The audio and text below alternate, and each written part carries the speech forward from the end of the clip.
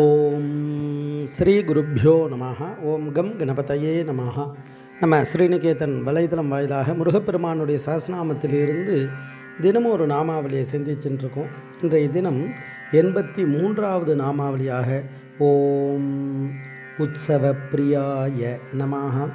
முருகப்பெருமான இந்த நாமாவளி சந்தோஷத்தை உண்டு பண்ணக்கூடிய திருநாளை, அதாவது அந்த உற்சவத்தை விரும்புபவருக்கு நமஸ்காரம். உற்சவஹா அப்படின்னா பண்டிகை, புண்ணிய காலம், கொண்டாட்டம், ஆனந்தம், மகிழ்ச்சி இப்படின்னு பல அர்த்தங்களை கொடுக்கக்கூடிய வார்த்தை. அதனால தான் ஆலயங்களில் பார்த்தோம் அப்படின்னா அந்த திருவிழாக்கள் 10 நாள் திருவிழா, 7 நாள் திருவிழா, ஒரு நாள் திருவிழா அப்படின்னு ஒவ்வொரு கோவில்களுக்கு அந்த பழக்கப்படி, அந்தந்த காலத்தினுடைய பழக்கப்படி அந்த திருவிழாக்கள்னால் கொண்டாடுறது. அப்படி அந்த உற்சவத்தின் பயனாக என்ன ஆகும்னா, இறைவனுக்கு எல்லா விதமான உபச்சாரங்கள் எல்லாம் செய்வார். அந்த உபச்சாரத்தை அடியார்கள் எல்லாம் பார்க்கறதுக்கு ஒரு வாய்ப்பு கிடைக்கும்.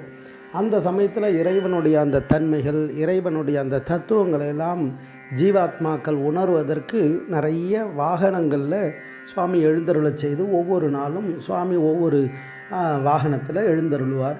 அப்போ அதெல்லாம் அந்த ஜீவாத்மாக்கள், மனிதர்கள் பார்த்து இந்த திருவிழாவினுடைய இன்றைய தத்துவம் என்ன, இந்த வாகனத்தில் இறைவன் எழுந்தருள்வதனுடைய தத்துவம் என்ன அப்படின்றத தெரிந்து கொள்ள முடியும்.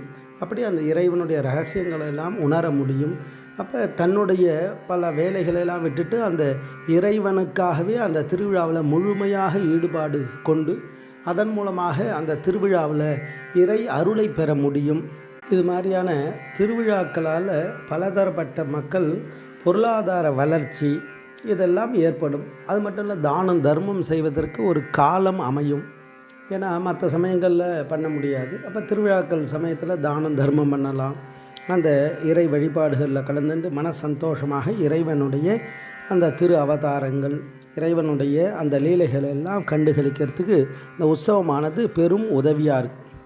அப்படி இறைவன் சந்தோஷத்தை உண்டு பண்ணக்கூடிய அந்த திருநாளை விரும்புகிறார் அப்படின்னா என்ன அர்த்தம் அப்படின்னா, எல்லா உயிர்களுக்கும் அதன் மூலமாக ஆனந்தம் கிடைப்பதால் இறைவன் ஆனந்தம் அடைகிறார். எவ்வுயிரும் தம்முயிர் போல் எண்ணி இருக்கக்கூடியவர்கள்லாம் அடியார்கள், ஞானிகள். அப்போ இறைவன் எப்பேற்பட்டவர்னா அனைத்து உயிருமே அவர் தானே. அப்போ அனைத்து உயிருக்கும் உயிராக இருப்பவர் அவர் தான். அப்போ எல்லா உயிர்களும் நற்கதி அடையுது அப்படின்னா இறைவன் முதல்ல சந்தோஷப்படுவார். அதனால்தான் திருவாசகத்தில் வர்ணிக்கும்பொழுது இன்பமும் துன்பமும் இல்லானே உள்ளானே அப்படின்னு.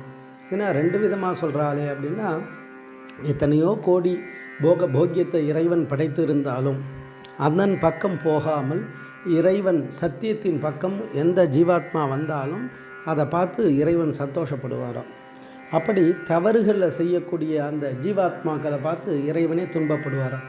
திருப்பி திருப்பி அந்த வினைக்கு போகுது, அந்த துன்பத்தை ஏற்றுக்கொள்கிறது இந்த உயிர்கள் அப்படின்னு இறைவனுக்கும் அந்த துன்பமும் இருக்குமா. அதனால்தான் இன்பமும் துன்பமும் இல்லானே உள்ளானேன்னு வர்ணிப்பார்.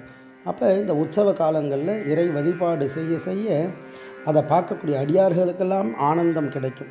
அப்போ அடியார்களுக்கு உள்ளே இருக்கக்கூடிய இறைவனுக்கும் ஆனந்தமானது, சந்தோஷமானது வெளிப்படும். அதை தான் இதை விருப்பத்தோடு செய்யக்கூடிய சில விஷயங்கள் இந்த உற்சவங்கள். ஒவ்வொரு கோவில்லையும் ஒவ்வொரு விதமான பிரம்மோற்சவம், கொடியேற்றி உற்சவங்கள்லாம் நடக்கும். அப்படி அந்த சந்தோஷத்தை உண்டு பண்ணக்கூடிய அந்த திருநாள் கொண்டாட்டங்களை விரும்புபவருக்கு நமஸ்காரம்னு வர்ணிக்கிறது இந்த நாமாவளி. ஓம் உற்சவ பிரியாய நமஹ. ஸ்ரீ குருப்யோ நமஹ. ஓம் சும் சுப்பிரமணியாய நமஹ.